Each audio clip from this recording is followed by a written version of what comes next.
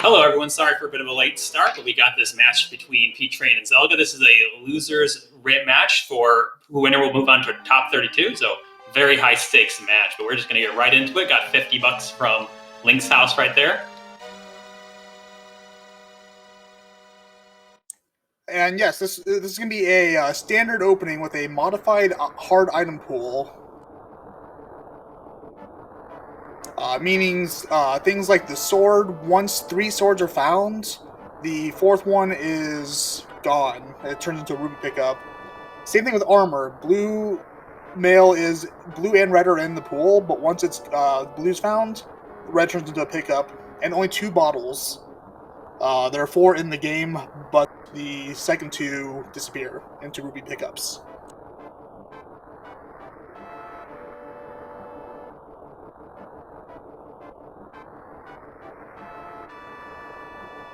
And as you can see, the runners, they will be starting with the boots with this modified hard mode casual boots. So everyone gets to start with a sword, gets to start with the boots, which can be pretty nice for the early game. You don't have to worry about farming any bombs. And it can also, the boots can give you some extra checks in the early game, like bonk rocks, and let you set up water walks. So just some nice efficiencies.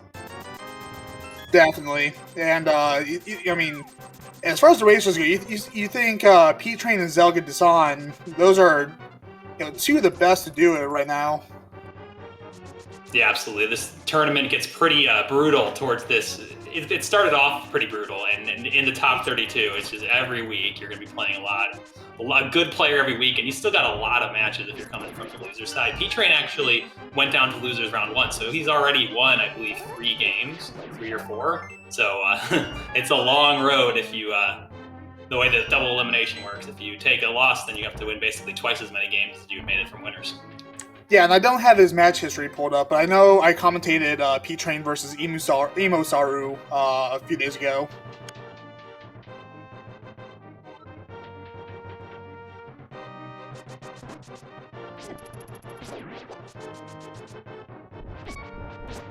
Of course, this has the benefit of me continuing to be haunted by P-Train's choice of sprite. Yeah, that's just a little bit unsettling, that bobblehead sprite we've got.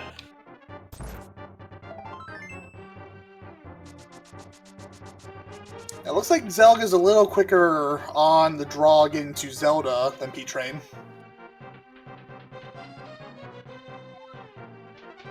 Yeah, these hot top-level runners doing these early game boost strategy really show you some optimizations that they have.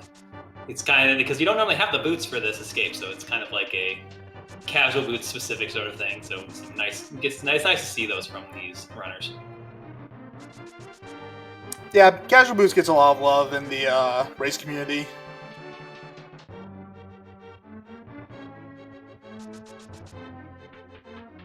Yeah, the casual bit is a bit of a misnomer because there's a lot of very higher level runners that have really optimized the first 30 minutes of casual boots. I guess more like 20, because by then you start getting divergence with 30 minutes. Yeah, there's nothing casual about the level of competition we're seeing today.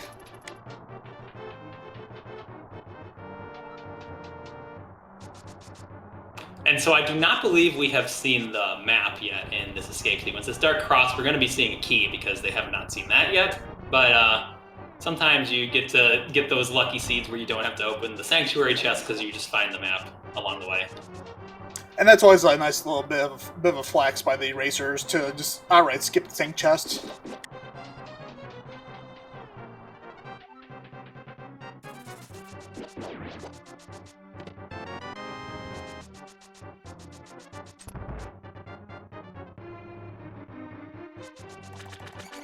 And like I mentioned earlier, no need to find any bombs in this escape because you can just bonk the bombable wall here to open up instead.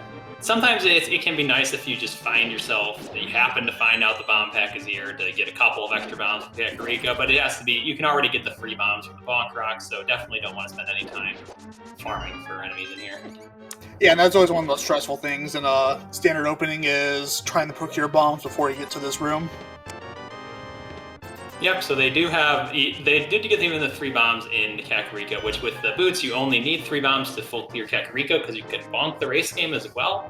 So it's nice. They won't have to buy any bombs or worry about anything. They did get 300 rupees, so they definitely have the money to buy bombs, but they won't need to. And I believe that this is one of those seasons where the map is in that chest, so don't think we'll need to see that today. Yep, looks like Zelga's confirmed that for us. It is map, and P-Train is acting on that knowledge. Yeah, but you just always, it is a bit, sometimes it's worth it if you're not 100% sure, because it can get unnerving just seeing that chest unopened when you save and quit back here if you weren't really sure.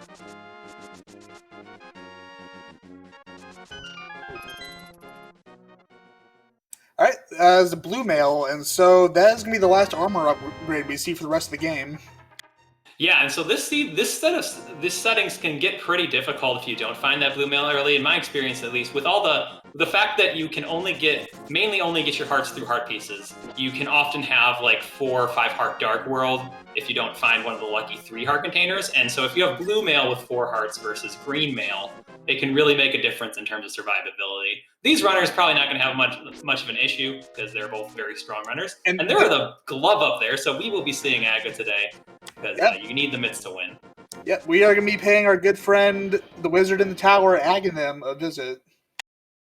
Yeah, so with that item specifically, sometimes when you see an item up there, you're unsure if it's going to be Aghanim required for Dark World access and for that item. With the hammer or glove, it's likely that that's the case. There still could be another glove and a hammer outside, and then Aghanim could be not available till late, but we'll see. It's also pretty nice to sometimes have items up there because then you can just route in doing Aghanim whenever it's most convenient to you. Maybe you find the mirror and want to go to beat Aghanim, and then mirror, do Pod, and Eastern together, if that comes about. So it's actually kind of nice, I think, when you know you have to do Aga like this. Definitely, and it takes a lot of the stress off of trying to make Aga a guesswork kind of thing. And we see a map check. We've got 2 crystals on Hera and Eastern, and then a red crystal on Desert. Because there are some seeds where you put off Aga as completely possible, as long as possible to avoid it, only to have to do it, or guess and bite on too soon where it wasn't required. Yeah, it's absolutely. It can be quite hard to rebound from doing the tower when your opponent didn't.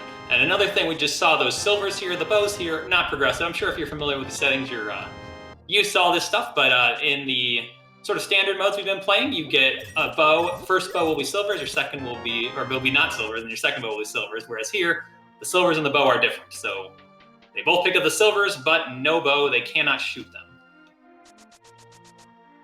Yeah, so right now the silver arrows are just a nice decorative piece in Link's backpack.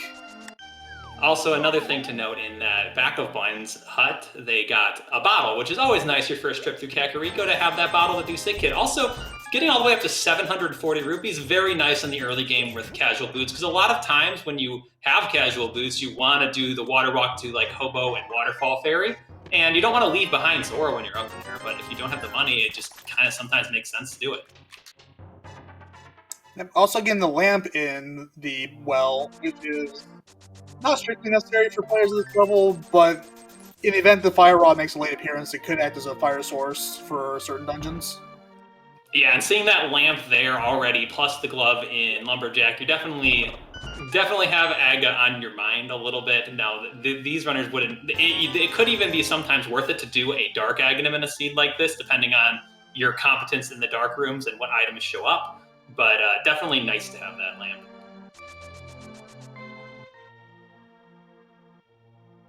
And there's... Yeah. Sorry. We're sure we were both just going to point out that that's the half magic for this seed, the small magic decanter. So these runners would already be, if this were this sort of normal seeds, you'd have a bow already, you'd have half magic, blue mail, but not today.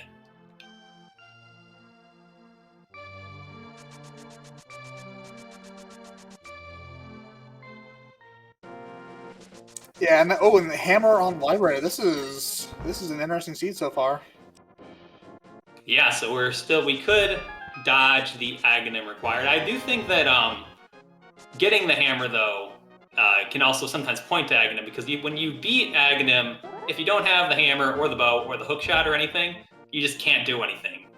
When you get over there, you can go maybe into Pod, and if it's not Bullock, get something, but So oftentimes you'll see the hammer or the hook shot show up when you do have an Agassi because you have to actually do something when you get to the dark world.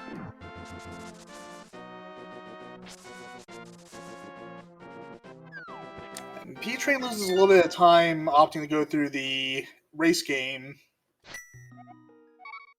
Yeah, it's definitely a decision that players can make there depending on, like, oftentimes it'll depend on how you feel about the items you got from Kakariko. Or maybe there are some times when, like, in this mode, heart pieces are more valuable than normal, so you're thinking, okay, even if it's something like a heart piece, I might be happy to have it, whereas I wouldn't normally want that in a normal race. Yeah, and speaking of heart pieces, that's the other major wrinkle of this SGL mode. There are only 3 hearts in the world, including the Sync heart. Instead, there's a 32 instead of 24 heart pieces, so you see a much more gradual increase in health along the course of the game than usual seed. Yeah, so you'll sometimes see runners pick up hearts that they wouldn't normally pick up, though we even see the Zelga elected to not pick up that one from the dam. I think if you're already on blue mail with 4 hearts, though, you're not quite as worried. But yeah, P-Trains is going to pick this one up because it's just nice to have those heart pieces. Yeah, especially when it gets Dark World where, yeah, they have blue mail now, but you get the Dark World with green mail, everything's dealing like 2 hearts minimum damage. All right, so I'm always interested to see how these runners route Mini Moldorm Cave with the boots. So we saw Zelga did the middle left chest first, and then it kind of maximized the distance that you're dashing over there. I've also seen people just dash straight to the NPC and then walk over to the left or something. So interesting, one of those interesting wrinkles you get in this casual boots mode that you don't normally see in like the more open modes. And meanwhile, so we had a bit of a difference after both these runners went to the dam, but P-Train elected to go over towards Desert, which is a play you'll see again with these boots that make getting to Agina a lot better. Whereas Zelga went east for Mini Moldorm Cave and also found that mirror in Ice Rod Cave, so very nice find. So Ice Rod Cave is, you won't see as nearly as many Ice Rod Cave skips in this mode because that water walk out of Ice Rod Cave is just too valuable.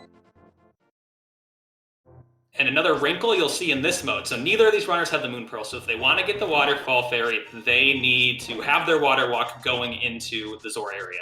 And one way to do that is to set up your fake flipper right there and store your water walk so you can flipper to Hobo and then water walk out of Hobo to the Waterfall Cave. So it's a nice little, another one of those optimizations like I was saying earlier. These runners, at this level, they know like all of the tricks for this sort of mode.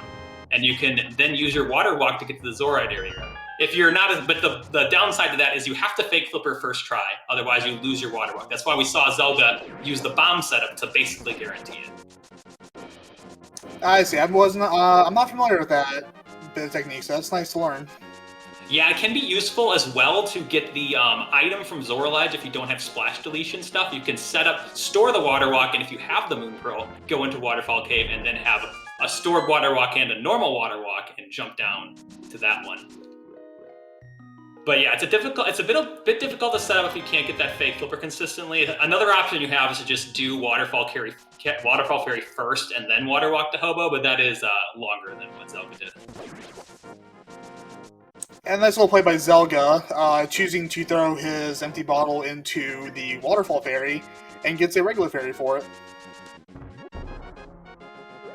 Yeah, and so with that, sometimes those fairies can be annoying in the early game, but he already has the mirror, so that's the main annoyance is when you're trying to death warp and you have to let them go. The fairy can be quite useful for things like sequence breaking Spike Cave, because sometimes in this mode, Spike Cave can be a bit harder to do, because you'll get the cape, you'll get a bottle. The bottles are always empty in this mode when you get them, so you're never going to like have a green or a blue. So maybe you have 5 hearts in the cape, and Spike Cave's in logic with that in a bottle, but it's just hard to do. You have to fill your bottle with something because you don't have enough health unless you have like the hook shot in the boots. Maybe you can do it with 5 or 6. But with that fairy, it'll be easier to do that if that were to come into play. And all that early money pays off. Zora has the bow. Yeah, that's an excellent find because now they can just go over to Eastern, get these 3 items that are readily available, and clear out a crystal dungeon.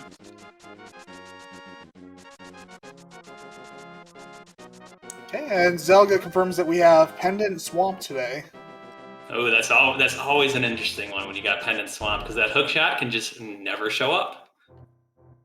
And I assume players of this skill level, especially P-Train, he wrote a guide on it for hovering. Yes, I know both of these players are capable of hovering, should the need arise.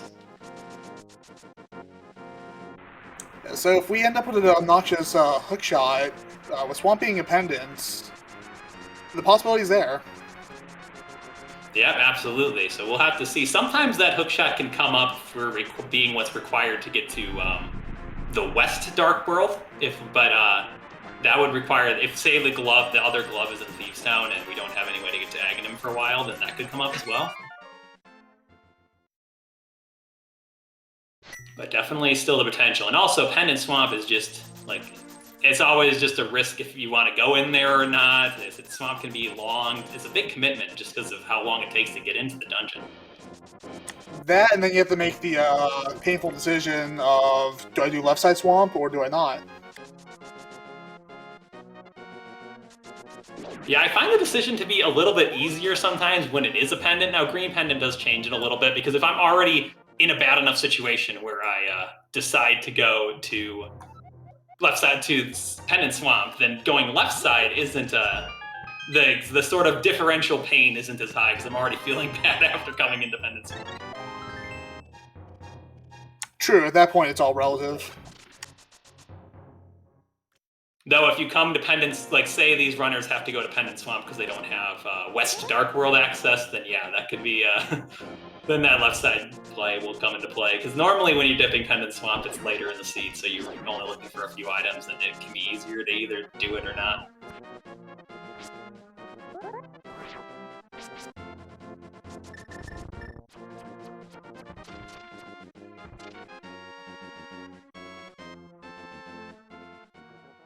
And nothing of note yet in Eastern Palace, though I believe we still got a couple more items. Yep, I saw the map on the big chest. I forgot. I haven't kept track of what was there before that.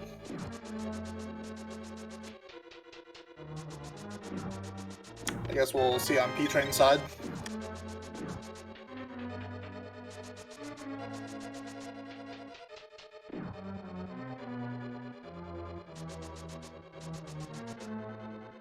Now, do you think?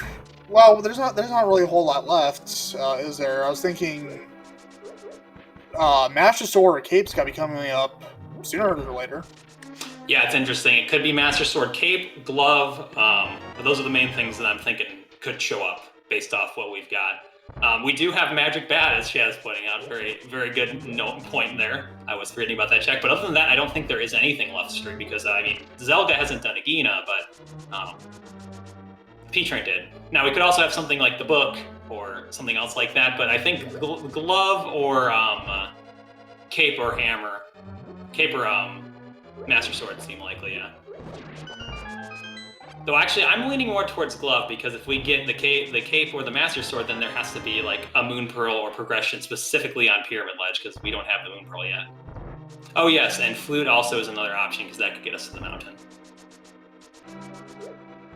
Flute or Glove.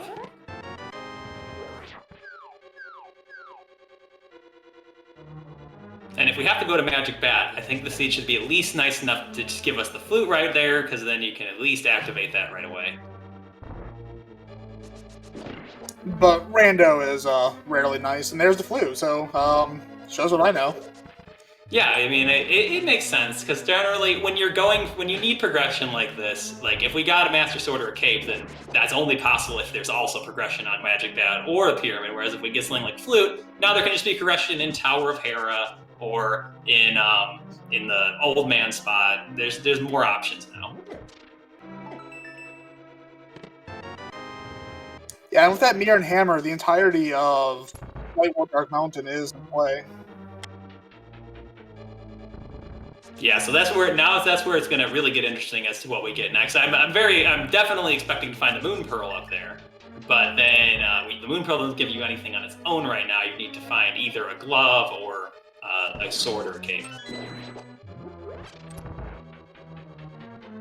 And we'll see if these runners elect to take the opportunity being in Kakariko and having the Hammer and Powder to check Magic Bat, because it's going to be the main time you'll do it. But you could also combo in it with Village of Outcasts. But knowing where that glove is, you might want to. It might feel like that could be something that you end up putting off till late. Looks like Zelga is going to go there. Yeah, at this point, it's as close to a free play as you're going to get for it. Yeah, it's just such an annoying check. That cutscene it's pretty long, but it makes sense to do it now. When you get Hammer and Powder this early, the fetch quests early are generally better than fetch quests late because there's just fewer things you can do otherwise early.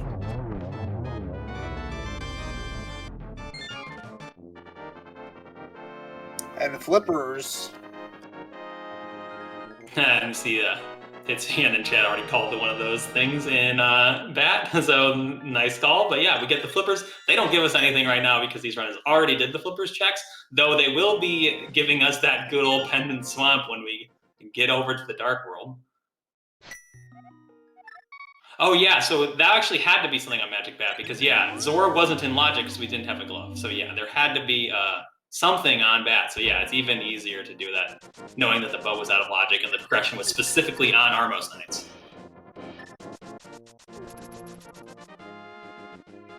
So yeah, that makes that Magic Bat play just 100%. I mean, I guess for Zelga it's a 50-50 because he has a Gina as well, but for P-Train, he knows that Magic Bat has something.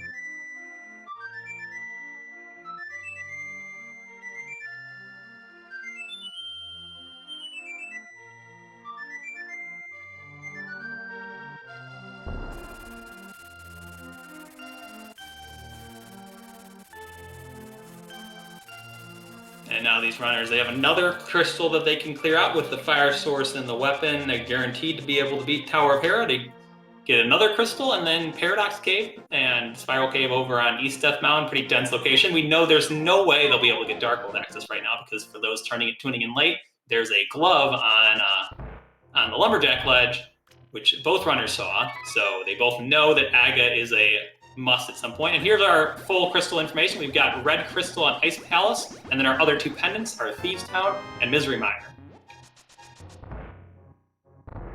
So that pendant layout really doesn't do these runners any favors because we already have the flute, which is the thing you need to get into Misery Mire. Thieves Town doesn't require basically anything, and all Pendant Swamp eliminates from us needing is the hookshot. And there's our Moon Pearl.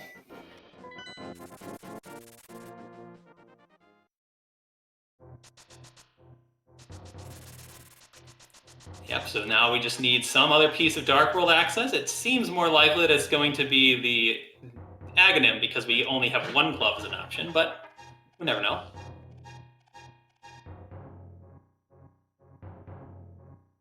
Yeah, so we got the pearls. All we need is the key to Aghanim, or maybe the gloves to bypass the immediate Aga play.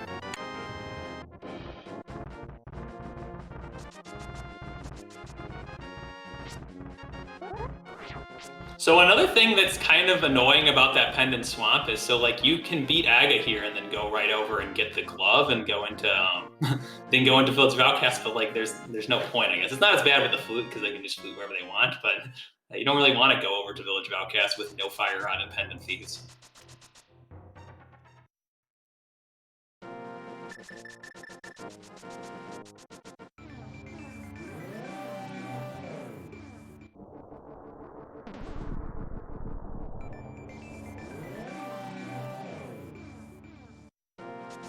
And Zelga's made his way up to Moldorm. It's very nice to have the hammer here and not have to rely on the fighter's sword. Makes the fight a lot quicker. Yep, and Moldorm goes down with 0 problems whatsoever.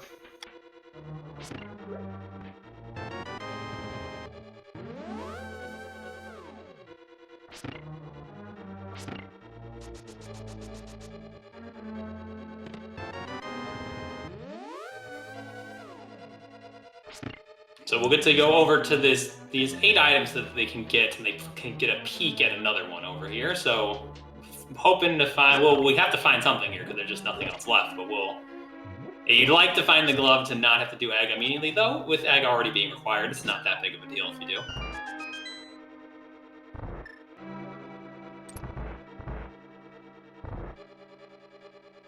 Yeah, Sorry, go ahead.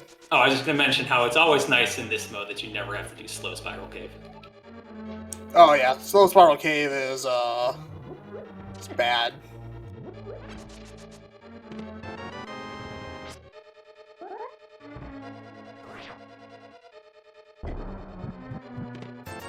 Alright, so something big is gonna be in Paradox Cave. Yep, it's kind of is this going to be the cape? Is this going to be the sword? Is it going to be the glove? Could be some other sort of fetch quest. That cane is not our progression. You cannot do anything extra with the cane in the light world.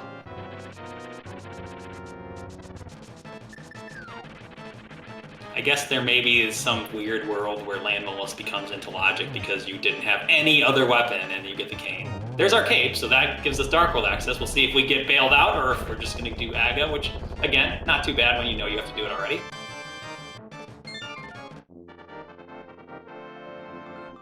Yeah, the decision to go to Aga is a lot less harrowing when you know it's going to be required at some point, especially for Dark World access. Yeah, this is about the most automatic do Aga right now sort of seed because, well, for P-Train, he literally will have no other checks, and you have to do it for the glove, so there's nothing left to do, and it's also going to get you the glove. And that hammer dash with that bobblehead sprite, man, that's unsettling. That sprite is just... If there's an Uncanny Valley in Links to the Past, that sprite is it. And meanwhile, Zelga, using the Phoenix Wright sprite that he frequently uses, also has the nice Phoenix Wright background for his face cam, which is another nice touch. Yeah, and when we dip into Dark World for Death Mountain, the Dark World sprite is the Blue Badger, which is a nice little reference.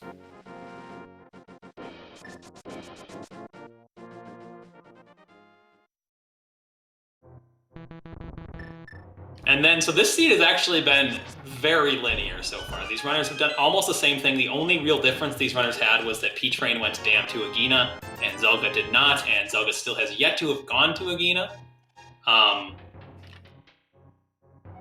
So that's really the only difference this whole seed, and I think we're going to continue with the same stuff because you just go to pod here. It's a crystal, you can full clear it. I see no objections to going to pod immediately, and then after pod, maybe we'll get something that gives us a little bit of divergence. And Zelga's getting harassed by the guards here a little bit.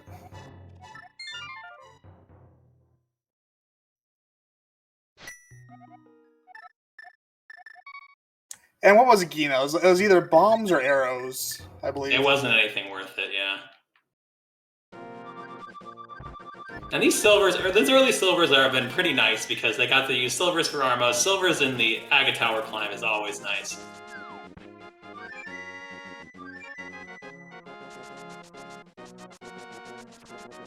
Now, see, ordinarily, I would be spooked going up Aga's Tower with only a heart and a half, but Zelga's so good at this game, it doesn't even faze him.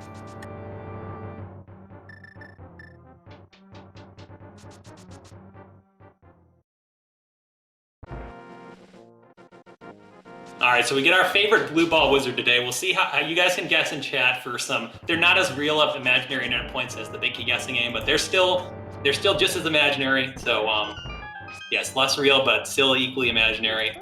So have fun guessing how many blue balls we'll get between 0 and 15.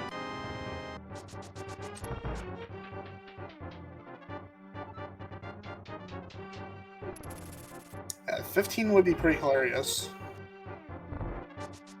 Yeah, definitely. It's incredibly unlikely to get 15. We're on track for it though. We've gotten 1 out of 1 blue ball so far, but no more 15. You have to get literally everyone to be a blue ball to get 15.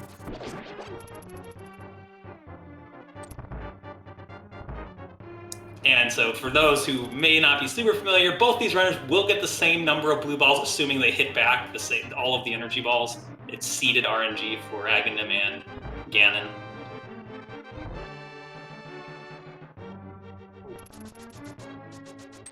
And while we've got a brief break in the action, still relatively early in the game, but make sure to follow our racers, P-Train and zelgadissan, my co-commentator, Dane8373, Who's your tracker? Scott G239.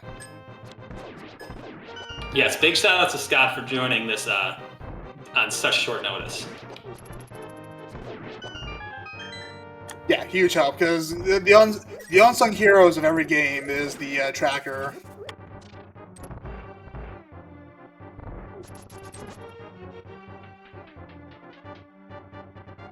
Yeah, the amount of work they do behind the scenes is paramount. And so Zelda is going to go down to Hype Cave first, before going to Palace of Darkness. Which, I mean, I guess it doesn't matter too much either way, because it also could help you a little bit on your route, because you might find like a hook shot over here and then be able to go directly to Kakariko after pod.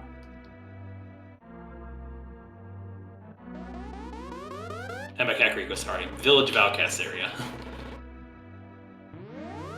Oh, and as usual, Hype Cave does not offer much. Yep, could be a 0. Depends on if that Quake Medallion is required to get into Turtle Rock or not. If the Quake Medallion is required for entering Mire and Mire is empty, then I would actually give that a negative Hype Cave. Yeah, that'd be a bit of a troll by the seed.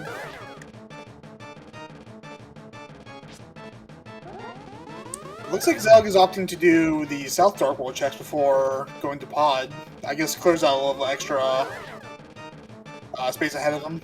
Yeah, you can just take advantage of the saving and quitting directly to, with the mirror in hand, if you save and quit in the Dark World, you just go straight to the pyramid. And he has the flute as well, so he can flute to pod, so it definitely makes sense given the items that he has.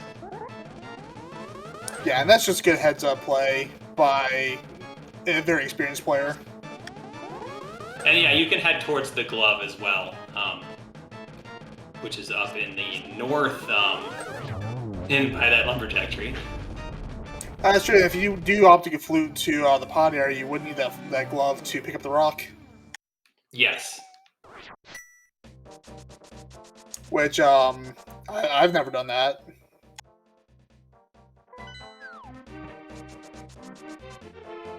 It's much more common to have the other way around, where you have the mitts but not the hammer and try to do that portal. I've definitely never done that either, ever. But yeah, now that I think about it, this definitely makes a lot of sense, because you just get to, and this even makes sense here because you get to use the portal here to get to the lumberjack tree. Because if you're going to need the glove at some point, and you're going to save some time getting it earlier just by routing. Yeah, definitely one of the less commonly used portals. So again, nice heads-up play. And so one other thing about this glove is, okay, let's say that we, well, I guess it doesn't matter because we have the glove now, but like if you were going to walk, if you found like the hook shot, you could go over to Catfish first because you need a glove to get there, but probably won't be seeing Catfish with the whole Dark World being open at this time. Though we do have, unfortunately, quite a few, so we can full clear pod, that's a crystal, that's a pretty free play. But then we just got a bunch of pendants like Swamp and Thieves Town that you can go into, where you can go and you can dip Skullwoods without the Fire Rod. So not great options other than pod. Yeah, it looks like P-Train's taking the more straightforward approach. Yeah, it's kind of it's a bit of a preference here, because you do need that glove, so definitely you can get it, but also you also need to full clear pod, so you're basically just doing two things that you're going to have to do in roughly a similar way no matter what.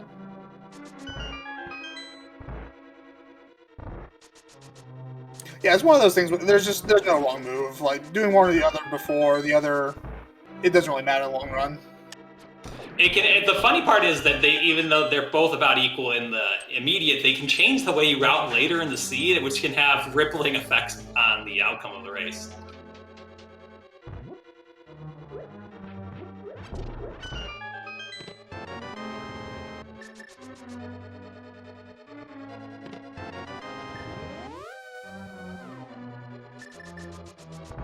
And we've got bow locked pod, which we had the bow from Zora, so not incredibly important, but will make a little bit different of a way to clear through here. We found just the blue rupee, so there's only going to be at most one more non-small key in the front. Yeah, pod key logic is for me at least, tricky thing. The front, I think, is fairly straightforward. It's when you start getting into wondering if it's bow locked or not, when it's not, if the back is bow locked or not, if it's not the, like shooter room being a blue rupee obviously is bow locked, but then there's other key layouts where it can be bow locked, or certain chests can be bow locked. It's what, 4 keys in the front pod? Is that correct? Yes, always at least 4 small keys. It can have all 6, but it has to have at least 4, and then the other 2 slots can be whatever.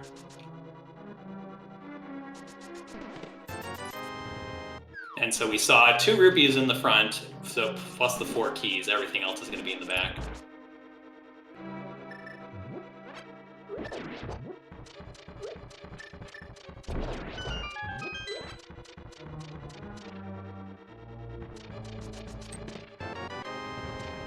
And there's our second bottle, which will be the last one we see. They are capped out at 2 bottles. Like I mentioned earlier, they're always empty. That's how, so the seed will give you 2 bottles, and then they were replaced with blue rupees. So pod's been pretty empty so far. Which, I mean, it's not as surprising given the fact that glove just gives you the rest of the Dark World, though you were definitely hoping that pod would have something, because it's the only crystal you can clear. Yeah, it's always just a bit underwhelming when you see an empty pod.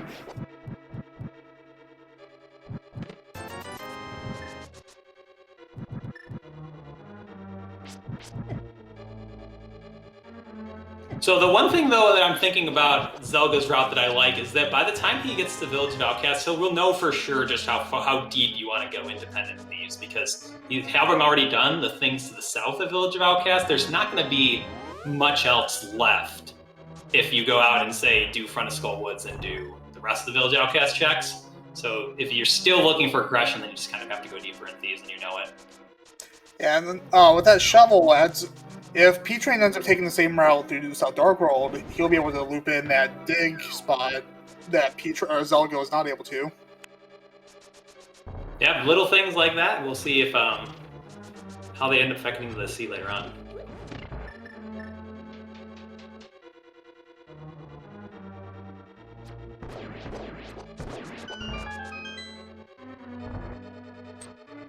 And welcome to the Raiders from SpeedGaming 4. We're in through the middle of this seed so far. It's been a very linear seed, so very little difference between the 2 players. Though Zelga did check the Hype Cave and Shovel Game and Shovel Guy earlier, as P-Train did Agina, but otherwise they're all the same so far.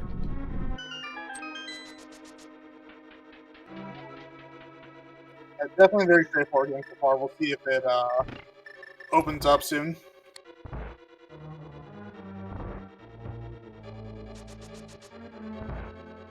Yeah, because when you see like a glove on Aga, sometimes it can be nice to get the early Aga, especially with the early bow and hammer, but it's just that cape was near last located in the light world, so you didn't even get the chance to do really early Aga.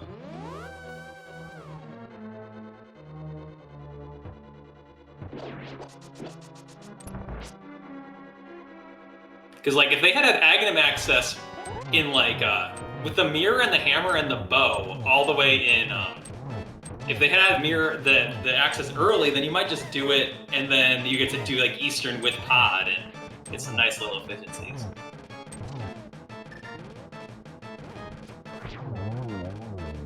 And P-Train taking down the Helmosaur King with that silver arrow really quickly. Those silvers are just so nice to have had basically the whole game. Most of the boss fights would be straightforward if the arrows affect them. I'm trying to think. Helma goes down in 1 shot. Argus goes down 1 shot. Vitreous goes down in 2 shots. The main one does. Yeah, only Vitreous and Ganon can survive silver arrow hits. If you're damaged by the arrows and you're not Vitreous or Ganon, you will be 1 shot by silver. Which, kudos Vitreous, I guess.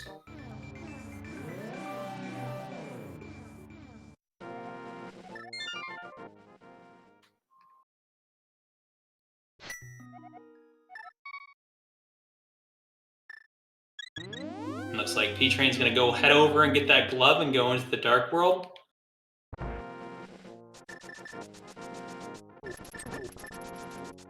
And Zelga already having that glove, just gonna go over there.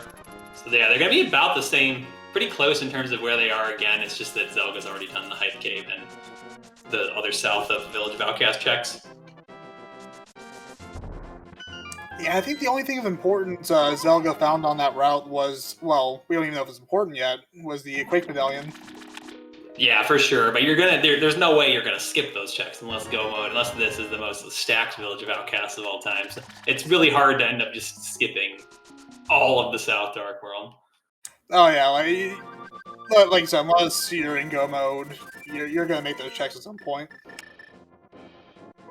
It looks like Zelda is gonna go south first, which definitely makes sense because he's already cleared out the south of Village of Outcast checks. So if you want to go to something like Skull Woods, dip later, you can just come back and go north after doing however much you want to do over here.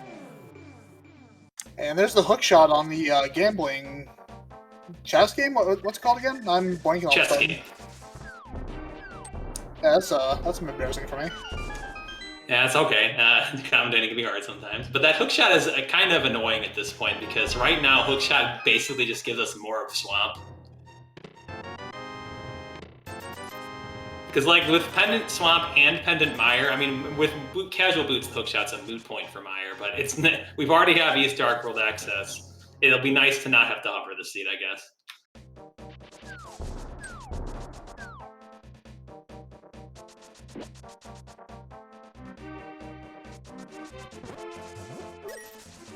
And Zelga definitely going to do at least the first 4 of Thieves Town because, like, they got the hookshot, which is probably something, but it just gives you Pendant Swamp. You don't really want to do that any more than at least the front 4 of Pendant Thieves.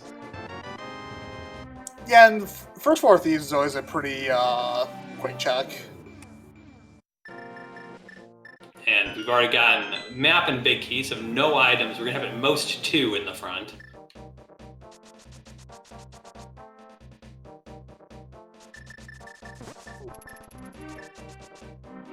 So I'm looking at, short of knowing what medallion we need for Turtle Rock, we're 2 rods and a Titan's Mid away from go mode, correct? Yeah, looks to be so. Also, obviously, gonna need a sword at some point. Yeah, I need at least match sword. And with Thieves coming up this empty, looks like Zelga's going to continue here. And like I mentioned earlier, with him already having done the South routes, which P-Train actually elected to route in that way as well, maybe for the same reason. Because with Pendant Thieves, it's just, you can go as far as, like, you're always going to be able to do it if you've got that hammer. And it's never fun, but if you know that there's not much checks left in the game, they can become more valuable.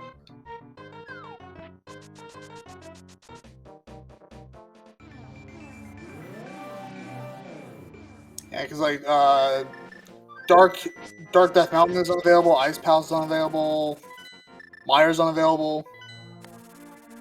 Yeah, those mitts are kind of gating a lot of the rest of the seed.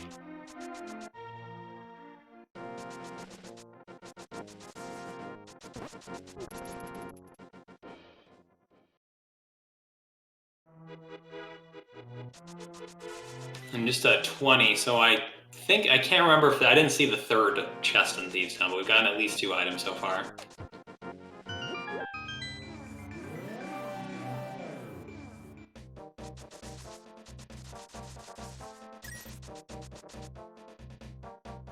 And P-Train making the same decision, not going to bother with dipping Skull Woods, and it makes a lot of sense because you could just find the fire rod down here. So sometimes if you don't have the mitts or the boots, then you don't want to cut down those bushes because it takes forever. But with the boots, it's not bad.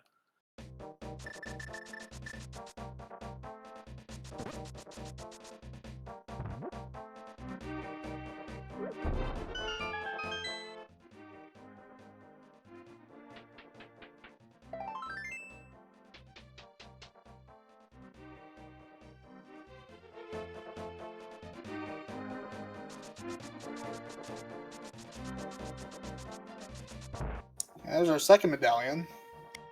Yeah, so the odds are good that we will have the Turtle Rock Medallion now, which is, it's always nice because especially with this seed, you're probably going to be going up to Dark Death Mountain for the first time without ever having checked. And you'll be basically able to get into Turtle Rock without having ever checked the medallion, so it's nice to do it first try up there. Because if we get the mitts, then yeah, maybe we don't have the Fire Rod or Ice Rod, but if you have just the Fire Rod, you're going to be tempted to diff Turtle Rock anyway.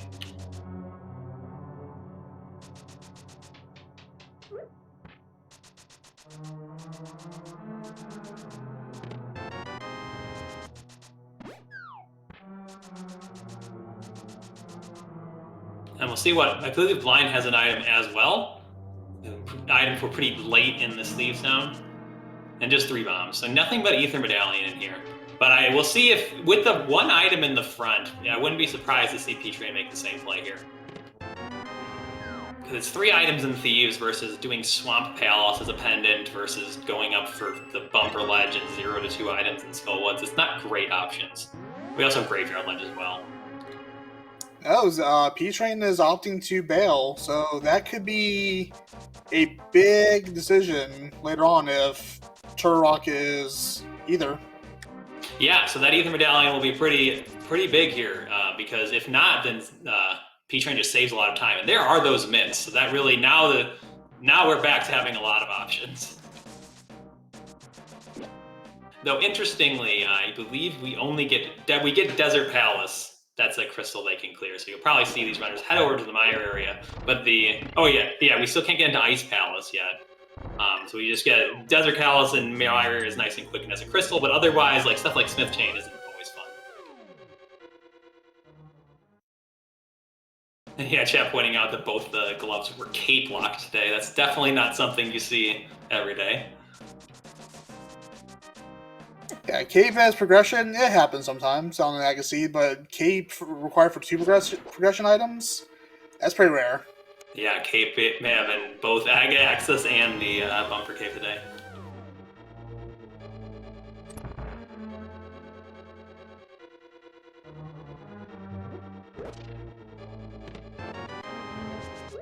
And P-Train is heading into Skullwoods, so this is a bit of a difference. So if always the biggest thing when you're dipping Crystal Skullwoods without the Fire Rod is, if the Fire Rod is in here, then that's always a huge play.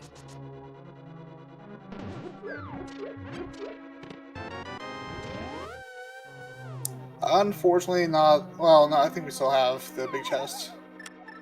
Yeah, he has the big key. He even has the vanilla big key chest, I believe, as well.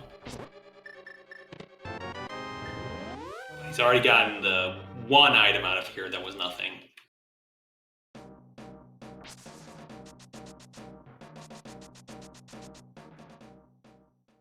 And that is Ether Medallion for Mire, so we'll see that 1 pendant leads to another.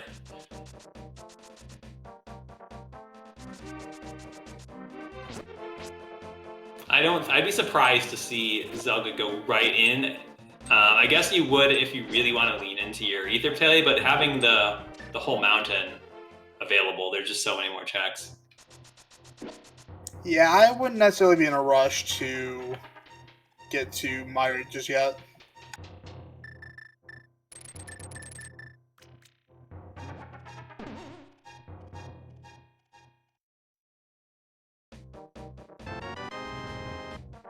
And yep, we're seeing Desert Palace here at Zelga. Makes a lot of sense because it's just crystal that you can full clear.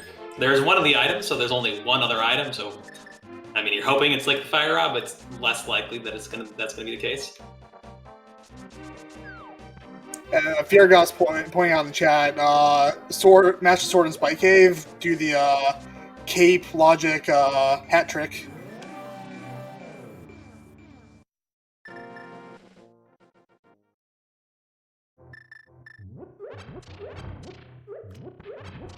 And there's the Desert Palace holding the book, so that's the other item in Desert. So that book could come into play. We still got the tablets left. Yeah, and they'll be able to scout them right now, but they won't be able to actually pick up what's on them yet until they get the Master Sword. Yeah, and there definitely was already recently, I believe it was in League though, that there was a really bad Master Sword hunt in one of these races. That's not something you see every day.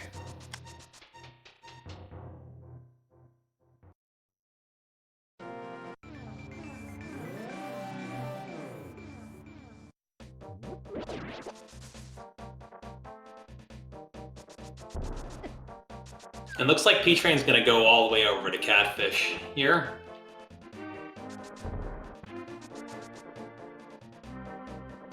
I did not know that tree had 5 rupees in it. Good to know if you're ever 5 rupees short of Zora on the way to Catfish.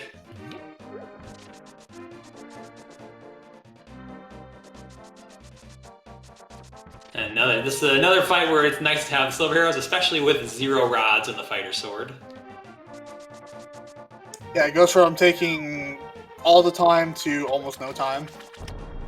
Yeah, you could use hammer on them to do at least a little bit of damage, but definitely like having the silvers. Nothing from Catfish today.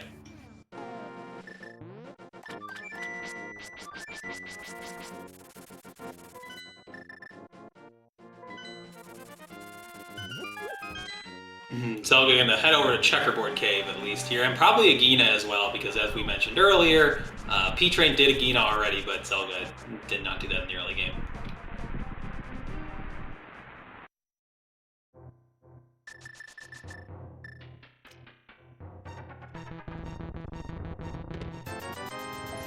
And nothing but a rupee and checkerboard. Yeah, I'm definitely interested to see what is up on that Dark Death Mountain here, especially once we get to check what the Turtle Rock Medallion is. Yeah, that Turtle Rock Medallion is probably the linchpin of this entire game. Yeah, if it's the Ether Medallion, then Zelga just has a huge lead. But if it's not, then it's still pretty close.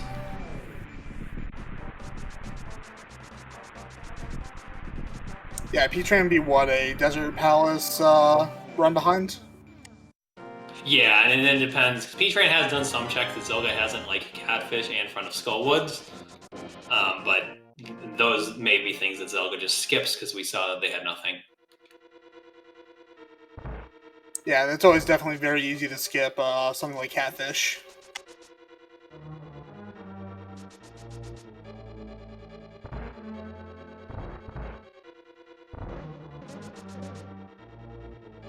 And I definitely agree with getting the blue potion in this sea, just because Trinex, especially with Fighter Sword, if we were to be able to get there, and Ice Palace can be magic. Can sometimes things can go wrong. It's nice to have the extra magic just in case.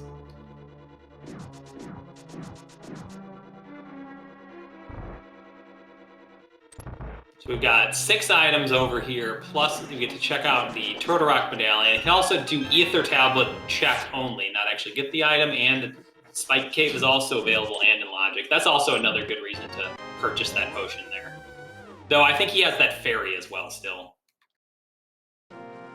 I believe that's correct, yes. Because as you can see, even though they're pretty late in the seed, only on, 8 hearts, which can make Spike Cave a bit difficult with Cape only.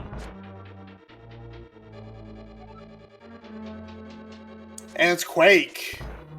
Yeah, definitely very good news if you're rooting for P-Train, because then that's just the medallion that these runners got from Hype Cave. So I guess we can retroactively give Hype Cave a 3 out of 10 instead of a 1 out of 10. Yeah, it might not have had much, but it came in clutch. Part of the rhyme. Now, the Ether Medallion still could be big if Misery Mire is required, but we'll have to hold off on that one and go a little bit later. Yeah, because we are still missing the dreaded Ice Rod, and that can be basically anywhere.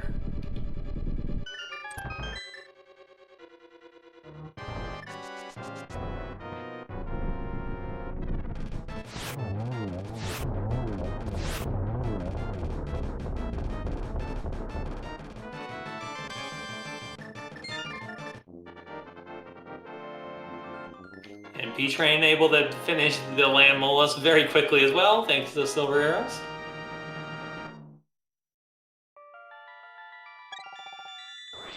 Alright, there's our Master Sword. And Bombos. So now Ice Palace is in play. Yeah, the Master Sword and Bombos, both pretty nice. It's always nice to have the Master Sword for extra damage. We can now also do Ether Tablet. Looks like Zelga's going to head over to Turtle Rock, which it's pretty easy play, I think. If you're up here in Turtle Rock, like, most of the time you get locked out really quick. And if you do find progression in here, and it would just be terrible if you had to come back up here. So you'll often see a dip like this into Turtle Rock. Exactly. You have no Fire Rod. The odds of you being able to get deeper into this dungeon are pretty slim, so make the easy check and then bounce.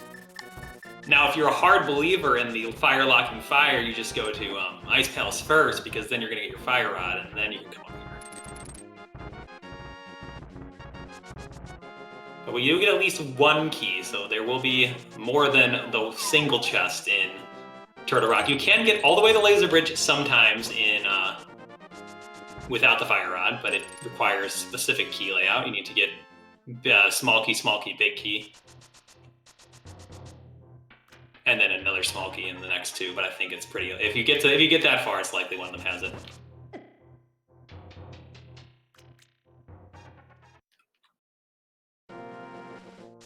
So I think from here we're gonna see probably a check on the not a check, but we can unlock the Ether Tablet now.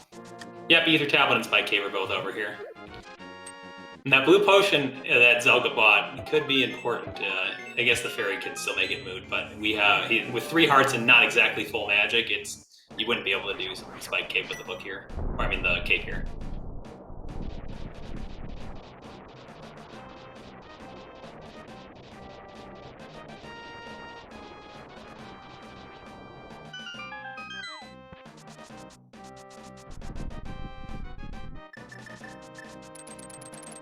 And Zelga gets the fairy here, so probably won't even need to use anything with the hookshot boots and cape here.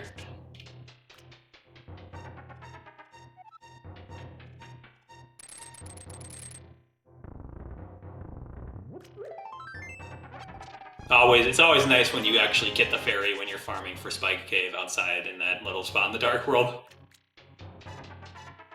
Yeah, it's definitely very nice pickup. And just bombs in Spike Cave, so Zelga's gonna have to go somewhere else. It's always annoying also when you've beaten Naga and you have to save and quit on Spike Cave, because it's just extra annoying. Gonna drink that blue potion, because we're going over to Ice Palace, and I think he was just short of being able to do 1 Bombos to get into Ice Palace.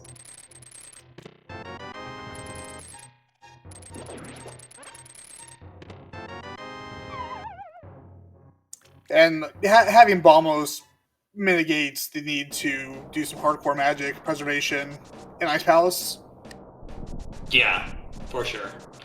It's not going to be make the fight. You'd rather have the Fire Rod for the fight when you're on Master Sword. It can be quicker, but when you're low, when in this mode, it's always nice to have Bombos because you're never going to have half magic.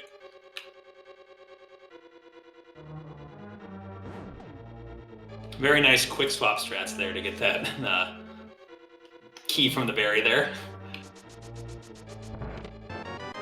That's another little thing that I like to see from top level runners, that just to use quick swap in ways that, like, NMG obviously does not have quick swap, so it's relatively new into the racing feature, so it's nice to see little optimizations like that.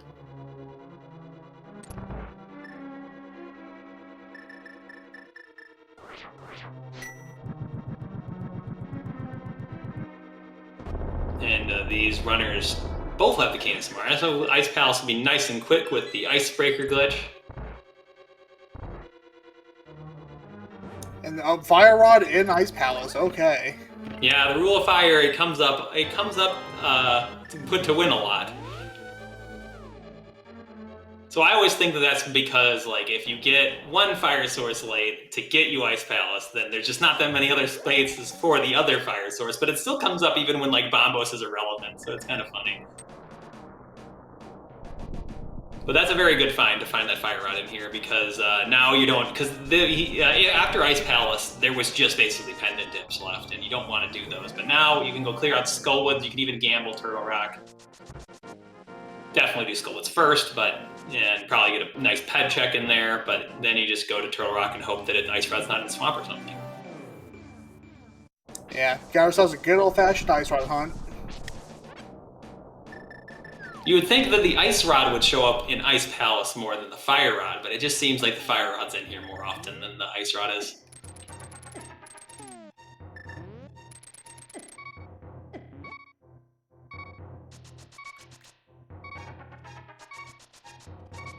This is gonna be a photo finish for P-Train.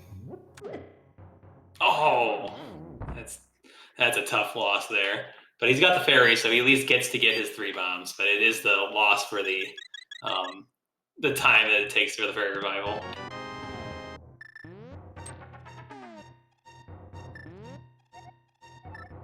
Yeah, so chat, feel free to get your wild and crazy guesses for the Ice Rod's gonna end up.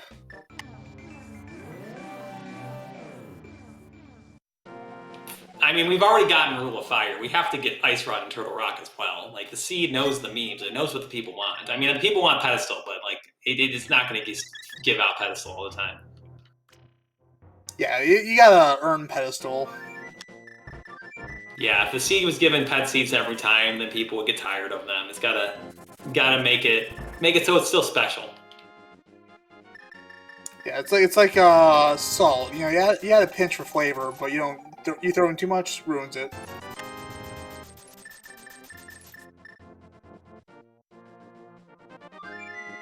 And I was not counting items in Ice Palace, so I do not know for sure if this is Zelga not doing iced tea because he knows there isn't an item, or if just because, okay, we got the last one.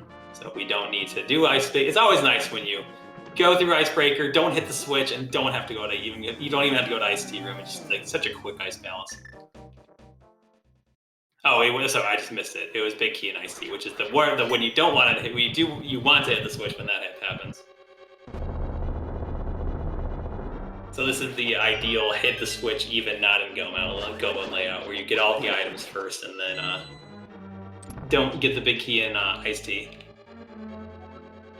But yeah, that was nice Cold Stare fight, putting the Fire Rod to good use.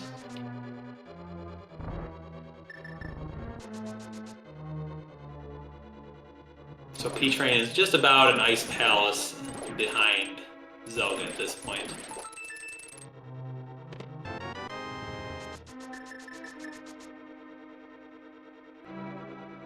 Yeah, and I'm sure chat will be happy. We'll probably be getting a Pedestal check in the pretty near future here, unless the Ice Rod is on one Mothil or something.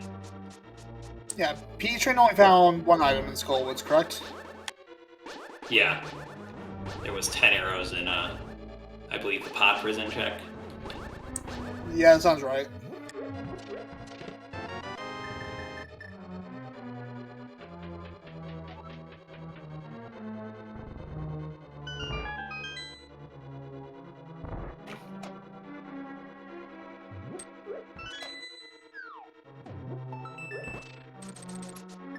And I don't remember if P-Train did this particular chest either. But doesn't matter, just a small key.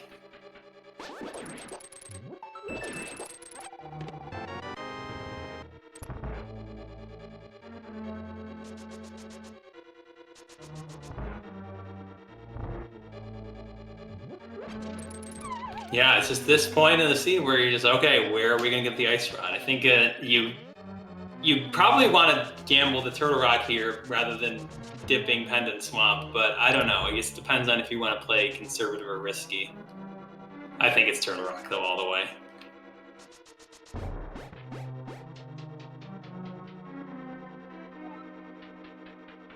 I'm trying to conjure the dumbest thing I can think of for where the Ice Rod is. What's that? I don't know. I'm working on it. Like, Pad's an easy guess, but I don't know. I feel like any of the pendants are kind of mean, because you never want to do Pendant Swamp. Having to do anything in Mire is already pretty awful, just because you got to do Pendant Thieves to get the Ether to even get in there. Yeah, no. Misery Mire would be the absolute worst case scenario for P-Train. Well, I mean, I guess it's not... at this point, I don't think it's going to be too terrible, because he's gonna go back to Thieves Town if it gets that bad. Mire is not that appealing of a location. I mean, it'll be hard just because in that case, both of these runners will be full clearing and Zelga's already ahead. It would have been worse, I think, if there was some other thing like the Mitts in there. Yeah, definitely.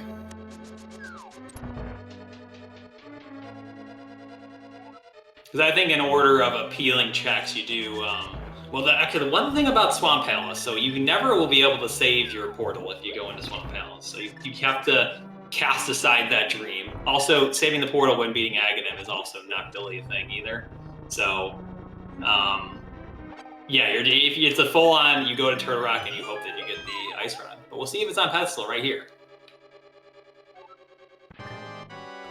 Nope, Pet is dead. But the pendants themselves are still very much alive. Because Turtle Rock still has all 6, if you count Mimic Cave. All of those items are there, and you might have one of them locked by Trinex, so you're gonna have 5 of the 6 items available in Turtle Rock. Then you got 6 in Swamp and 2 in Mire. So the numbers play seems to be just do Turtle Rock, just because if you end up doing Swamp and you didn't have to, it's a big time loss. And yeah, quick kill by P-Train to get rid of Cold Stare. These runners definitely very good execution, and also pretty nicely equipped to have that Fire Rod and not have to worry about like taking any damage with those hearts they got.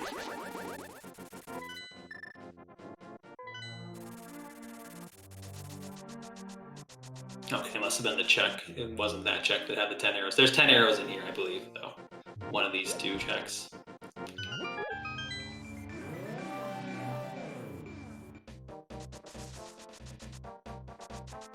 Nice little hook shot clip there. Yeah, that was a pinball room.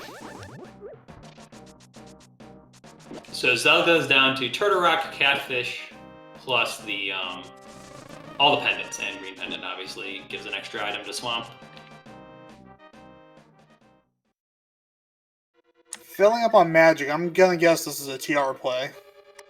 Yep, I think that it just seems like the right play. You already know you didn't get any items in your first dip here. It's a little less likely that it's here versus anywhere else, but Swamp's been available for a while, Mire's been available for a while, so no real rush to go into those ones.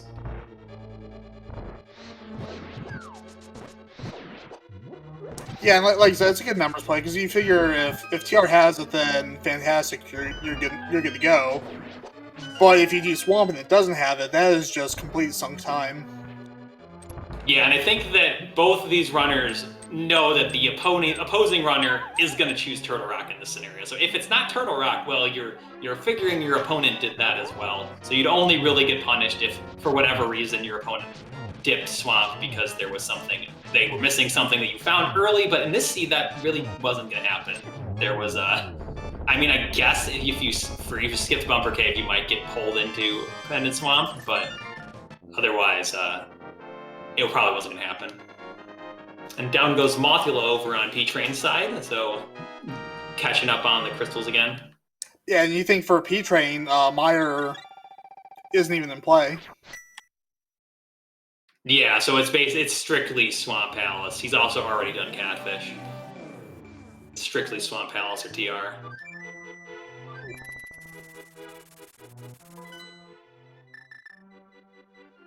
Ooh, this one looks like Swamp.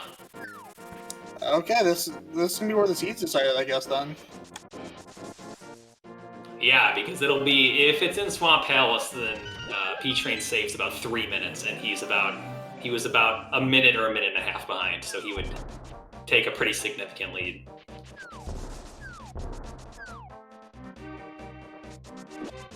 And so maybe this can also be, he's got to do a Big Bomb too. I forgot about that. I wasn't paying attention to where our reds were. Me too. I completely blanked on that. Yeah, so actually this makes a lot of sense, especially with Aghanim already being defeated. I personally like to do Big Bomb before going up to the mountain.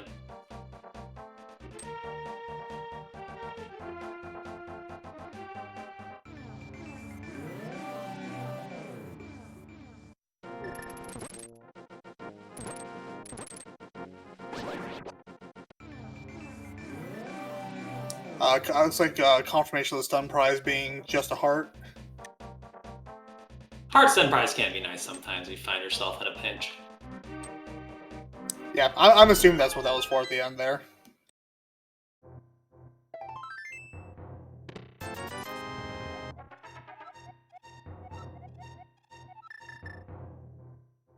And nothing in Pyramid Fairy today, so we'll have to see.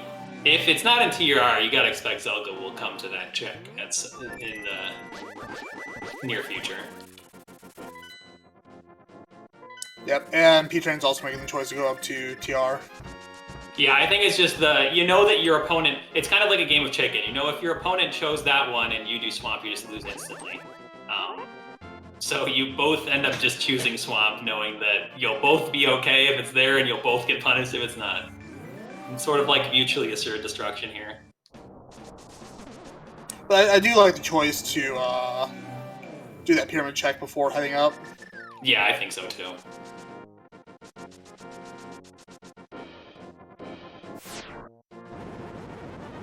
Oh, interesting. I didn't realize that P-Train hadn't done this yet, because I think he had all the stuff he needed. Have we seen Bravo yet? Bombo's tablet? No. Yeah, that's a good point. That's still available. Oh yeah, and Smith Chain. Yeah, I'm just forgetting some pretty clear checks. Don't worry, I completely forgot Turtle Rock existed the other day, so... That's a pretty big one. So yeah, it is more, a little bit more that, a little bit less likely that it's strictly in here. But Ice Rod's well known to live on Laser Bridge.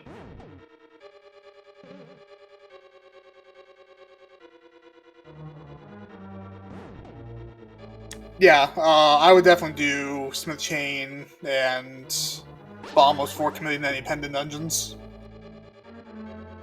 You know, it's definitely a tough call. With Swamp having so many items, I would definitely be tempted to do it before Smith's Chain, but we'll see. That is true. That is a better numbers play.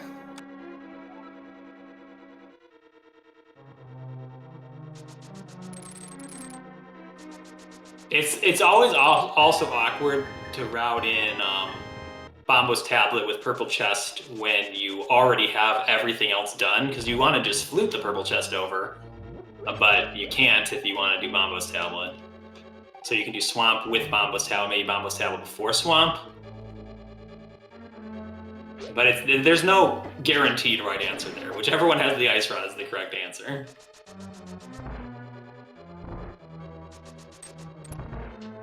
But looking, we got one more shot for Turtle Rock, and it's not here.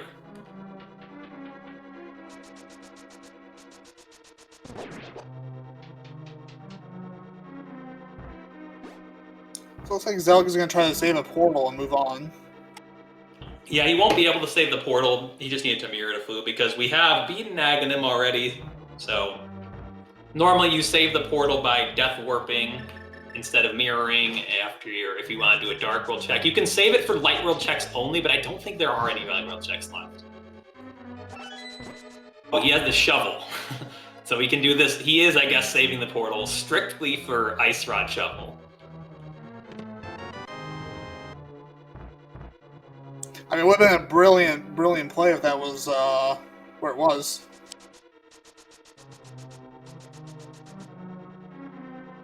And this looks like it has to be Misery Mire because there's nothing else. And so I think this is definitely Zelda sort of leaning into his earlier Thieves Town clear, because you know that you spend the time clearing out Thieves Town, you can go into Mire. And also Swamp Palace being available for as long as it has been, that's always something you have to keep in mind, because you could have just gone in there pretty recently. Like the hookshot was available as soon as you got Dark World access, and they already had Flippers, Hammer, and Mirror before they got to the Dark World. Yeah, and if Ice Rod is here, that's pretty much game set. Yeah, because you got to figure that P-Train would at least clear out Swamp before finishing off Thieves Town. Oh yeah, most definitely.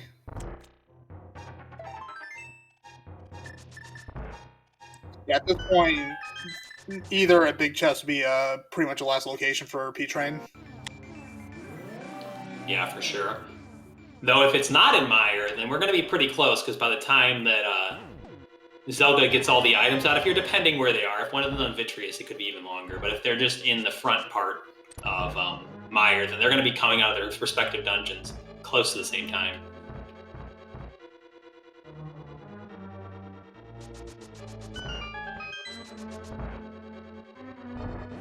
Okay, so the first item of Misery Mire is nothing, so we got one item left.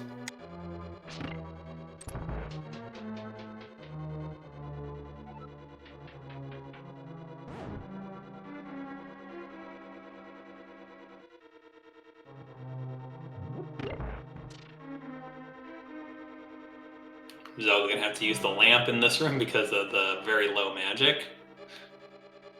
Just enough to do it with a lamp.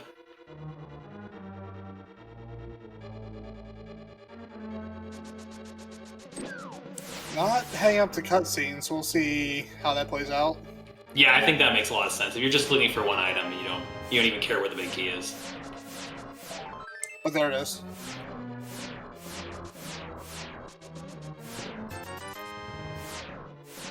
Because it's more likely than not that cutscene is not going to have the item. Though if it's cutscene, choice between cutscene and Vitreous, neither of them are good choices. Especially since we know Pedestal is dead.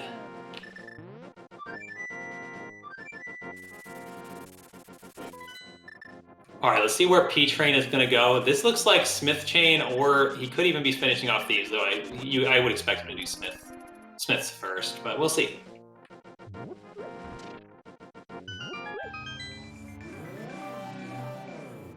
And yeah, cutscene chapter is long, but Vitreous is longer, so if you check cutscene first. Also, cutscene the one thing about cutscene is it does put you close to that big key door, so it will be quicker to route it in, for sure.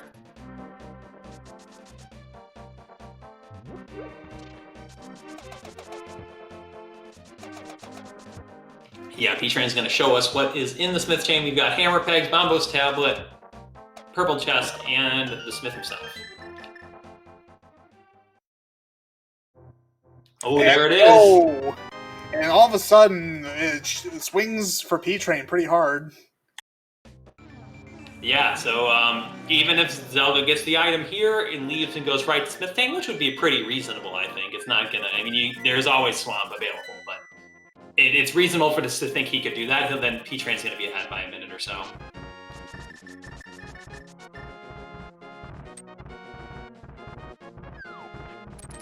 Alright, where is Zelda floating to? Alright, it's 3, so he's... Or no, never mind, that's 4. Okay, this is going to be really bad for Zelda here. Yeah, unfortunately. I mean, it makes sense from a number standpoint to gamble Swamp over Smith Chain. Yeah, like I was saying earlier, I like doing this because you can just do Bombo's Tablet on the way into Swamp Palace and then go into Swamp. There's 5 items plus the green pendant in there, or 6 items plus the green pendant. But yeah, this is just how Ice Rod hunts work. The only correct answer is the one that has the Ice Rod, and whoever picks that one is going to be off to a good start. P-Train still definitely has raced well. It's just Zelda had a little bit of that lead, and but P-Train got to find the Ice Rod a little quicker. Yeah, sometimes the correct decision is not always the smartest one. And there's nothing, like, P-Train made a good decision too. Like, it's not like he made a bad decision. They had some roughly equal decisions. That one of them ended up being the right one. Because, like, the Smith Chain, it's still 4 items. It's not... There's no way, like, oh, Swamp is by far the better play here. It's not like a dipping pendant Swamp when you have full clearable pot and it's a crystal or something. Yeah, that was a bad misspeaking on my part. I apologize. Nah, it's okay. Yeah, I do not want to take away from anything anyone's done.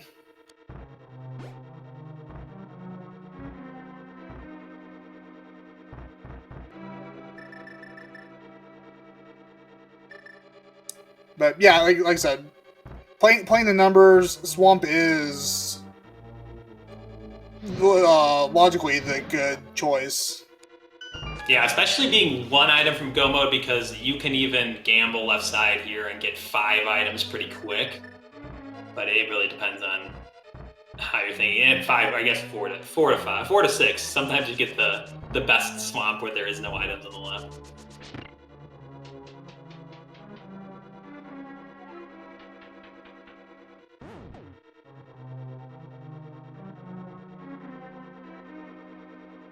And also, think about it now, opting to not do the Back of Thieves and skipping out on the Ether Medallion also might have saved P-Train from having the choice of dipping Mire.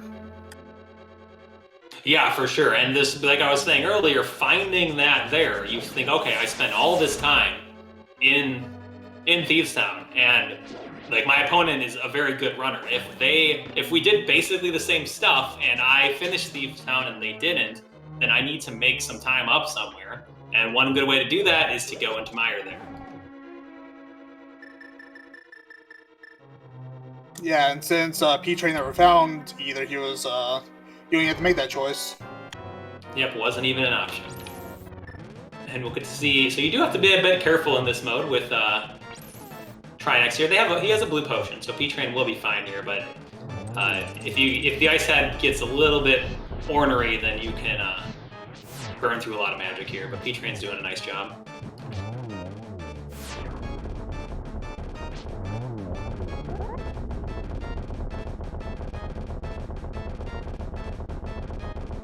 Yeah, and the Horus Fin sums up well. Just all you gotta do when it rando is just go where the items are. Yep, a lot of being skilled at rando, you gotta have good execution, and you can make good analysis of like what's gonna give me quick check for a minute. But at the end of the day, the items can just not be where you checked. Zelga does pick up that tempered sword in Swamp, which is nice. Yeah, I guess there's always a sword in Swamp. The seed, it knows the memes. It's got Rule of Fire, always a sword in the Swamp. But all that saves P-Train is having to spin the first couple phases of Ganon. Yeah, with silvers, it's not that bad to have to do to have Master Sword. It is awkward to do Master Sword plus silvers, but not bad. And here we see Zelga going for that 0 cycle. Misses it a little bit, but that's not an easy trick to pull off, so good effort there. Alright, so we're entering Ganon's Tower, so go ahead and get your guesses in the chat. You're already ahead of me. What chest we're going to find the Ganon's Tower big key in? 1 through 22. I am always guessing 14, but we'll see where it is. What about you, Lucian? I root for Chaos, so I root for 22. It would be on theme with, so like the sea was basically a very linear seed followed by an ice rod hunt, and a Tile Room is one of the more linear feeling checks, because no matter how you run a GT, it's basically gonna be the same unless you did the YOLO Tile Room first. Yeah, and that's an absolute Hail Mary of a play. Yeah, you'll be feeling pretty bad about your seed, or maybe you'll see it in League when you know your team's out of it, and just having some fun. Yeah, it's funny you mentioned that. Week 2, I think, with the pilots mode, I was in that situation. I ended up pulling Ped just for fun.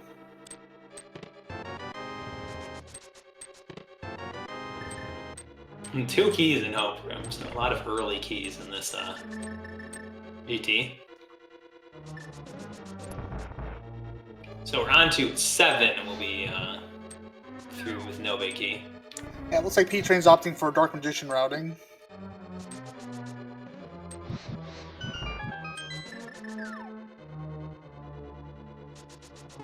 Yeah, the thing I like about this route is that it's uncommon that you get huge time losses. Like, so that if you do like Hope to left and you have big key and Compass Room with no small key, that can be a pretty big time loss versus this route. If you did Ice Armors and they didn't. Whereas here, maybe you do Compass Room and your opponent got it from Firebar Room pretty quickly, but that's not quite as big of a time loss. And like Hope Room, obviously that's going to be better for people to go right first, but it doesn't take that long to do the Stalfo's chest plus the torch.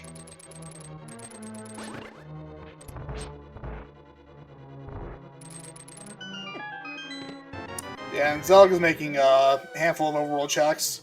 And what chest was that? So that was chest number 12.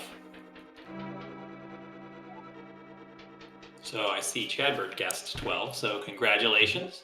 I believe More Guy 84 had it first. So 2 winners, but you gotta be first. Yeah, Chadbird gets the consolation prize of us acknowledging that he guessed it. But no imaginary underplanet points. Yeah, the consolation prize and the actual prize are the exact same thing. Us acknowledging it. All right, so definitely feels bad here. So they cleared out. Got nothing from the green pendant or the catfish or the pyramid. So it looks like he'll be coming up on the ice rod soon, though. Coming over to the Smith area because there's nothing else over here that Zelga can do. Yeah, last location ice rod's always a bad time.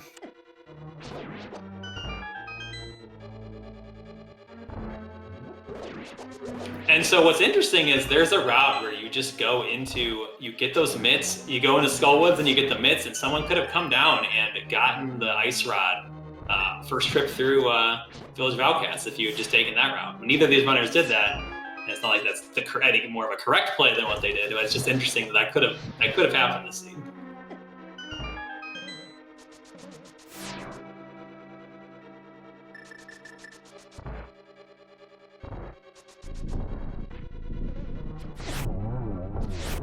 So where's the Smith is gonna... I don't know how the Smith works in this mode. Will he come to Turtle Rock with us? That'd be fun. Just take him through the rest of the game. Take him to Turtle Rock and Ganon. That would be nice in Cross Keys, though he dies if you take him to a crystal dungeon. But you have to get rid of him. I guess he won't go in dungeons in non-entrance mode. But in Cross Keys, you could just take him all the way to Trinex and then get the crystal, and then he would spawn back behind the rocks again.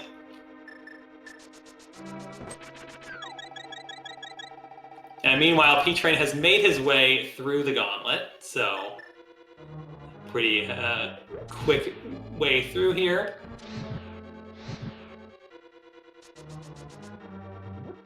And just another reminder as we come in on the end here, give both our racers a follow.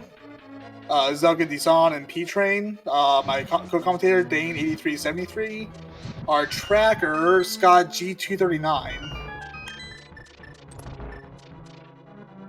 Yeah, these runners have always put on a great show. Very talented runners. Not definitely a fun scene to watch. It was a bit linear, but that's no fault to the runners for that.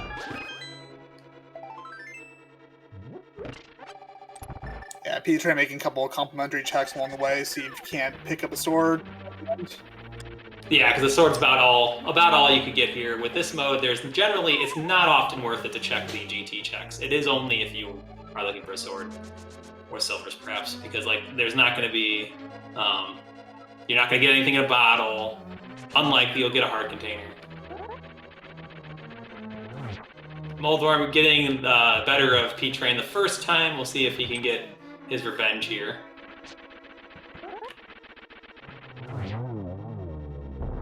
All right, down goes Moldworm on P-Train's side.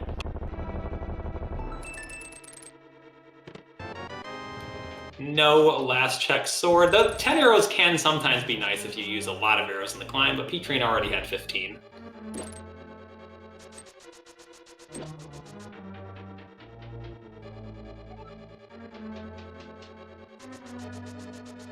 And we'll get to have everybody's favorite math wizard do some geometry tests today.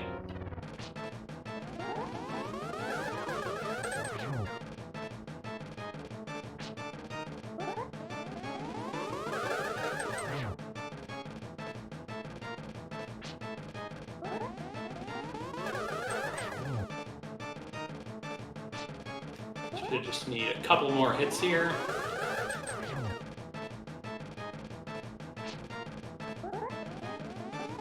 P-Train shaking his head, definitely not super happy with not getting that double there, but takes Aga down in, 2 and then 4 ones, so 5 cycle. Yeah, and sometimes Aga just does not agree with you where he places himself. Yeah, especially in this seed where it was very linear and you have no idea, your opponent could be just about to finish. Nerves definitely come into play in a race like this.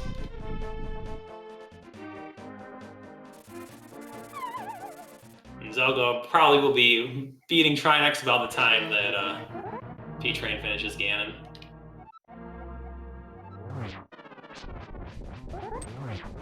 So we're going to have 12 spins in each of these phases to get to the Silver Arrows phase.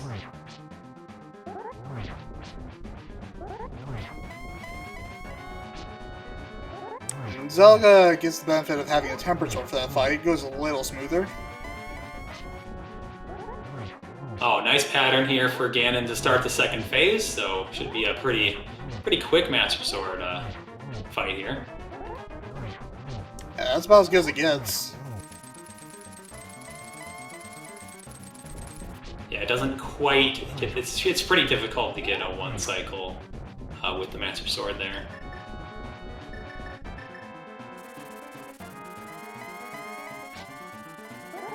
Just needs to one spin each time of this third phase, and then we'll be able to be in the Silver Arrow's point. Meanwhile, Zelga collected his 7th crystal, gonna head off over to GT.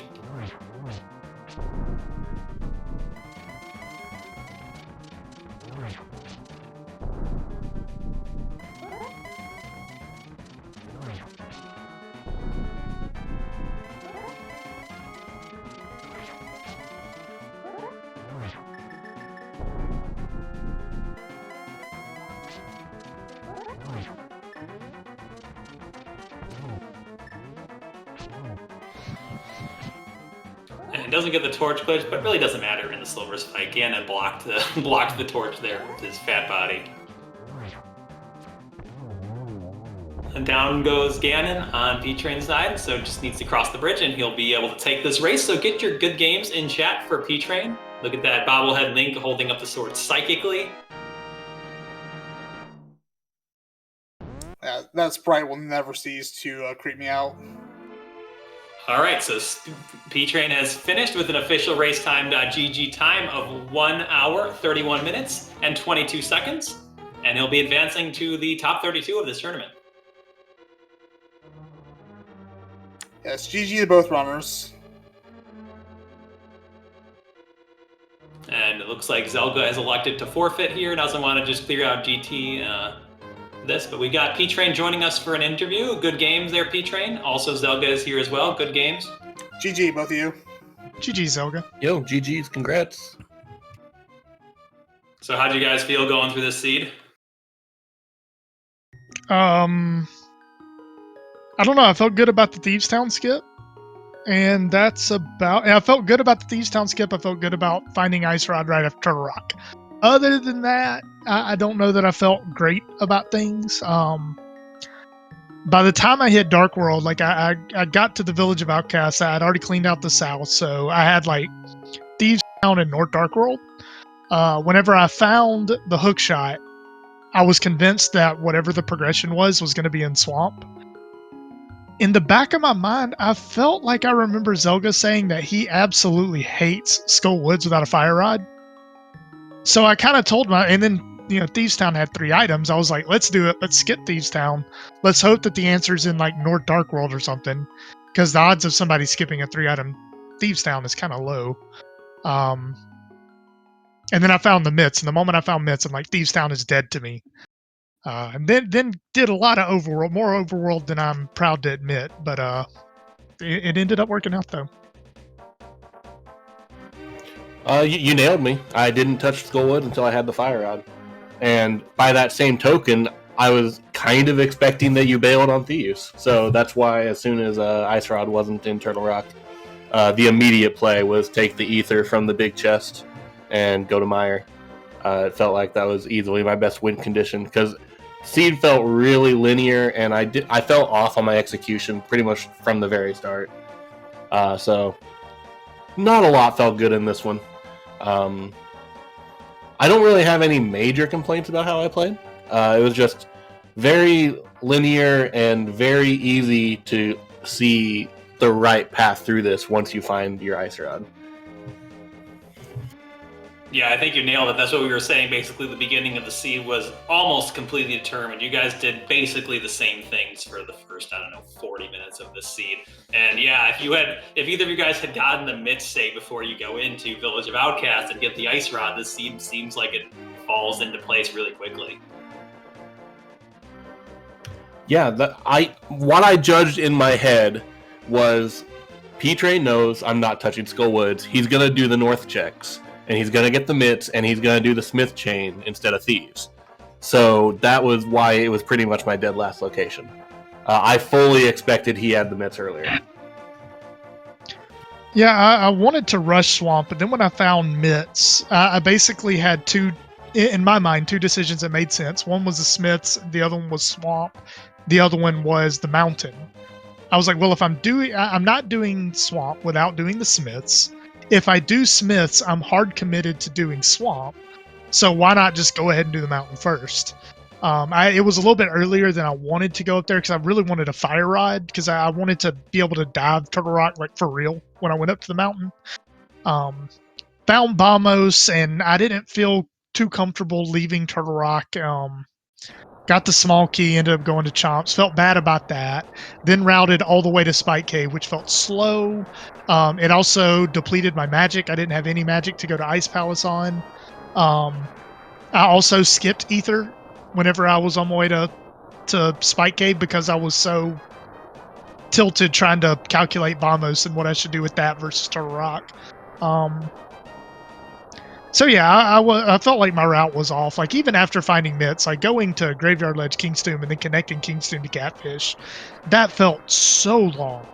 And then to go up to Turtle Rock, to dive Turtle Rock and find nothing, and then go all the way over to Spike Cave for a heart piece, that also felt super, super slow. And then Fire Rod in Ice Palace puts me in Ice Rod mode, which is like the worst. So luckily I solved that piece of the puzzle pretty quick after diving Turtle Rock. I mean, I went straight to Hammer Pegs. The plan was after Turtle Rock was to connect Smith to Swamp. And I just did Hammer Pegs before picking up the Smith just because if it's there, you don't want to be stuck with the Smith. And that worked out.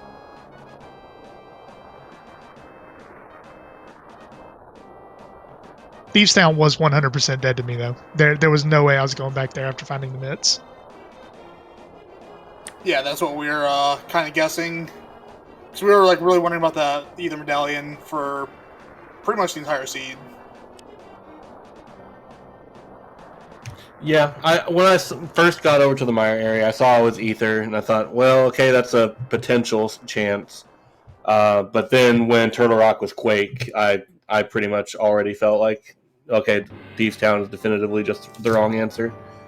But then it was another case of, well, if I really think I'm the only one with Ether, I have to do Mire. So, yeah, I don't really regret any of the decisions I made. It's just kind of the nature of the game, especially in Best of One Rando. It's always going to be some big coin flip or some big decision that you make at some point in the race. It's going to lead to everything. And there's certainly no shame losing a race to someone like P-Train. I'm glad to see him moving on. He will probably do a great job in the 32 side, and I'll be rooting for him. I appreciate that. I was really looking forward to this race. I really, really respect you as a runner. You know, you're decorated on the ladder. You always do well in tournaments, and I was sweating this matchup. I really was. So happy to win. It is unfortunate that it came down to an ice rod hunt. You know, like when you're in this situation, there are no good choices. There are no bad choices. There's the correct choice, and everything else is wrong. So it's, you know, you just got to make the best with it with what you got. And this seed just happened to work out in my favor. So I'm going to do my best in top 32. But it was definitely a pleasure to race you, Zelga. And wish you the best in your future competitive rando endeavors. Yeah, and so P-Train, you actually have been in losers since round 1, so you've already had quite a long tournament. How you feel looking forward to even more matches to make it further here? As long as they're like this one, I'm fine. And what I mean by that is I felt like in every match up until this point, I've last located something. So it feels good to finally have a seed where I'm not like getting a 100% last location. In my previous seed, it was Kane in Hookless Swamp that led to the hook shot in Turtle Rock. Against Slumberjack, there was something really nasty that we both last located on that seed, but I don't know. It's this horrible energy that you end up climbing GT with because you've last located something. So in your mind, you just have to assume your opponent God routed, right? So you're climbing GT and you're like, oh, I'm gonna lose. You're looking for the big key. Oh, I'm gonna lose. Climbing the gauntlet.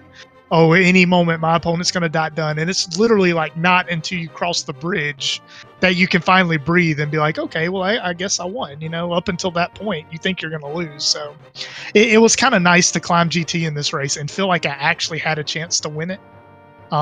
We had mentioned in the race time room, like the one thing I was worried about is that if Zelga dove Thieves Town and found Tempered Sword and otherwise like ran the same route I did, I felt his sword would have made up the difference of that Thieves Town play. But no, I mean, climbing the gauntlet, I felt like I did as good as I could. Like even if I lost, I felt good with all my decision making. So yeah, it feels good. I'm looking forward to going into top 32. Wish I was on the other side of the bracket, but I'll make the best of what I got. Yeah, well, definitely good luck going forward. Already has been quite a good losers run, so hope it can keep going for you. Thanks. GG's again, Zelga. Thank you very much for the restream. Thank you for the commentary, the tracking. I know all the work that goes into this, and it's a lot. I do have to step away, but thank you very much for the interview, and thank you for the restream. And again, GG's, Zelga. Yeah, I just want to echo all that. GG's, P-Train. Best of luck moving forward. You already had a ridiculous run. I'll be looking forward to seeing it continue. Thanks, man. Yeah, and definitely shout outs to our tracker Scott G, who we didn't have a tracker, and like we only had like a minute till the race started. He stepped up and came in. So normally the trackers are already great, but even bigger shout outs than normal. Also, make sure to follow the SpeedGaming channels. We've got SpeedGaming without a number plus SpeedGaming 2 through 6 if you want to watch Link to the Path. We got more races in this tournament. We've also got some league matches, and the league playoffs are coming up soon.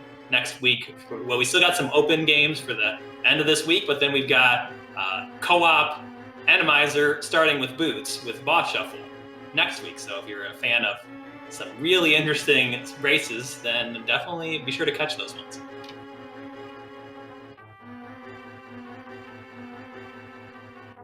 But yeah, I've been Dane8373. Lucian, you got anything to say before we head out?